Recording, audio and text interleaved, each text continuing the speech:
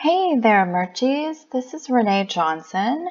I wanted to create this tutorial because I recently posted a Google form that included a CNI style personality quiz, and a lot of you liked it and wanted to know how to create it. So I thought that I would create this tutorial and show you how to do it.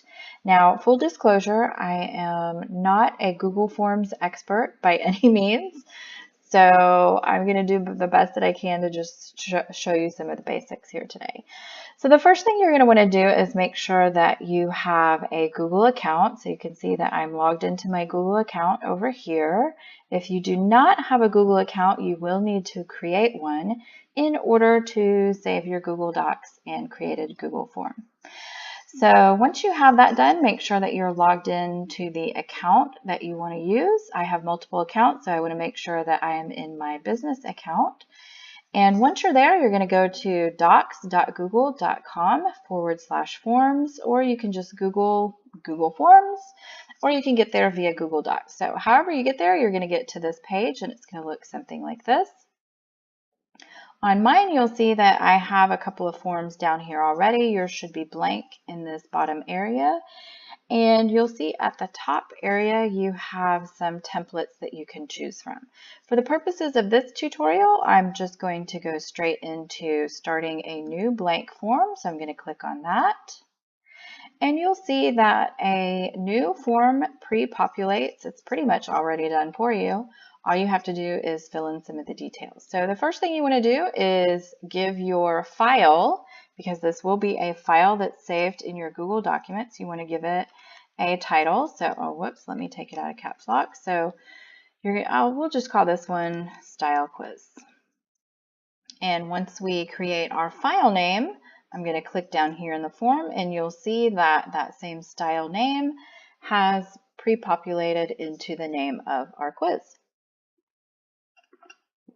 The next thing you'll want to do is create a description for this quiz. So I'm just going to keep it simple. Take this fun quiz. On mine, I, of course, was using my quiz as a method of creating a style analysis for my customers, my new and potential clients. So you might want to elaborate on that a little bit, but for the purposes, again, of this tutorial, let's go right into how we can create our first question. So you see a question's already created for you. You just want to go in and edit this one. I thought it would be fun to ask which celebrity's style you like. And you'll see that once I type in a question or some detail on a question, I do have the ability to add or upload an image. For this one, I actually want to upload images for my options rather than the question. However, for this question, you'll notice that it pre-populates or defaults to multiple choice. For this question, I do want to give my respondents multiple options. I want to allow them to select multiple options. So I am going to change that. Again, you'll see that you have some choices there. I'm going to change it to checkboxes. And you'll see now that this is a checkbox rather than a multiple choice option. So the multiple choice option only lets you select one answer. So again, I want to upload some images of celebrities. So I'm going to click on Upload Image, and you have some choices here. I do have some files saved to my computer, so I'm going to upload an image.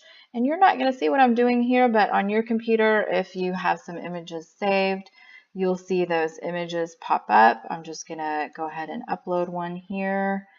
I chose to save an image of Emma Watson because she has an edgy style. So you might want to add a few more options. And again, I'm just going to upload a few more images that I have saved on my computer.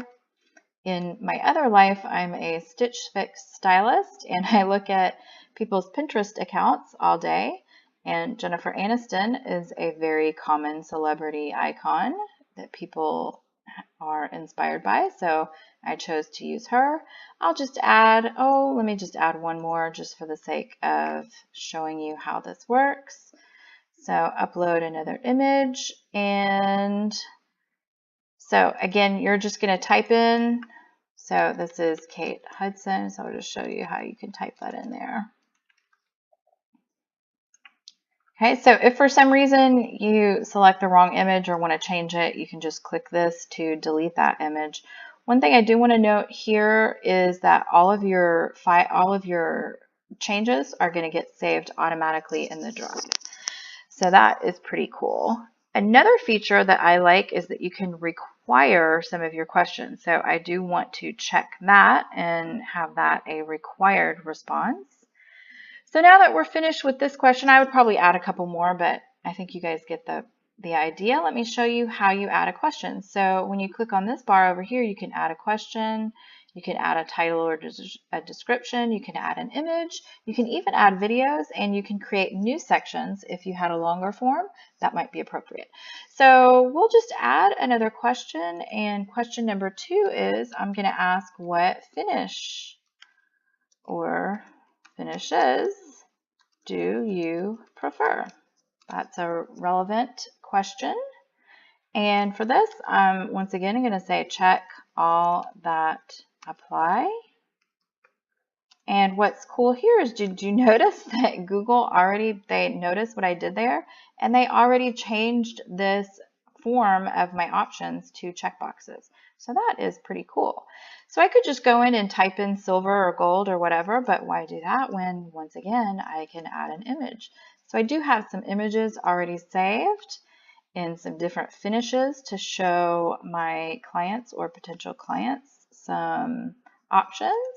Let me just add one more so you can get an idea. We'll do shiny silver, shiny rhodium. So my image is uploading here, and I'll change that. And once again, I want to make this a required question. And I think I'm going to go up and change this. Again, I want to say check all that apply. Just kind of helps give people an indication of what they need to do. So let me show you some other options that you have. You notice that we have a purple background. That might not be appropriate. So you can click on, you do have a color palette, you have a preview here, and you have settings, and then you have send. So let's click on color palette. We can change some other items in this particular form. Maybe we want to have a red background. Maybe that's not quite right. Maybe when we want to do this dusty blue. Or my favorite is that you can actually upload an image. So I chose to use one of our marketing images, but you could also go into one of the themes that Google has already created. I really love this one because it's appropriate to our current collection that just launched, because it's a waterfall and it's a GIF image. So I love that we have the ability to add some of these. That's kind of cool. GIF, I say GIF, you say GIF. I won't get into the debate here. But anyway, I thought that was a cool one, so you can do that. Another thing that you might want to do is go into some of your settings. You'll notice you have 3 tabs here. And under general, I do want to collect email addresses, so I'm going to go ahead and select that one. And you'll see that we have an option to allow response receipts. So do we want respondents to be able to receive a copy of their answers? So I'm going to say yes if they want to. I'm not going to force it on them, but they can if they want. And then I don't need to limit my responses. I would like to have them be able to edit after they submit and even see an answer of what other people answer and what the data shows. Now, they're not going to see individuals or who sent those answers. They're just going to see a collected piece of data there. Under the next area, you'll see presentation. We can click to show a progress bar, or how much of the form has been completed as they move through the form. We can also shuffle the questions. I don't want to do that. I do want to allow a link to submit another response once they've finished. And then this confirmation message is, some of you commented on that, where I added a link to my boutique. So I might say, thank you for your response, if I could type, and go to my boutique at www.TrendyTimelessJewelry.com. Trendy. It's hard to talk when you're typing, or type when you're talking, rather. Okay, so you can add that there. Also, you can create quizzes. That's not necessary for this particular form, but that might be useful for some other areas. So I do want to save this because those changes are not going to automatically save for me. And you'll notice now that we clicked save, we do have the email address at the top of the quiz. All right, so we have responses area over here. We haven't had any responses yet, but let's fix that. And how to do that is by going over here to the preview button. So we're going to click on that, and you'll notice that it opens another window where we're actually going to complete our form as if we're a respondent. We do need to fill in an email. So I'm just going to check a couple of these boxes, and no, I'm not a robot. And see, this is our area that we said we were going to show how much was completed. And then the submit button. So once that's submitted, this is the other area that we already edited, and we said thank you and go to my boutique, because ultimately that's what we want them to do. Now on mine, I changed it up and made it a little bit nicer, but you can type whatever you want. So also, this is where you see the other options that they have to see their responses or submit another response. So let's go back over to the quiz, and you'll notice under responses, we now have a 1 in the box. And if we click on that, you can see what the response was. So how cool is that? I love the part of, that's what makes this Google form so amazing, is that it tabulates and calculates and adds all of this information. It just populates it for you. You don't have to do anything. This stays in with the form. It's super cool. So if you click on individual, you can see each individual's responses, and that is super awesome. Another thing you can do over here is you can choose to get notified when someone completes a survey. Thank you, Google, for keeping me on top of my business.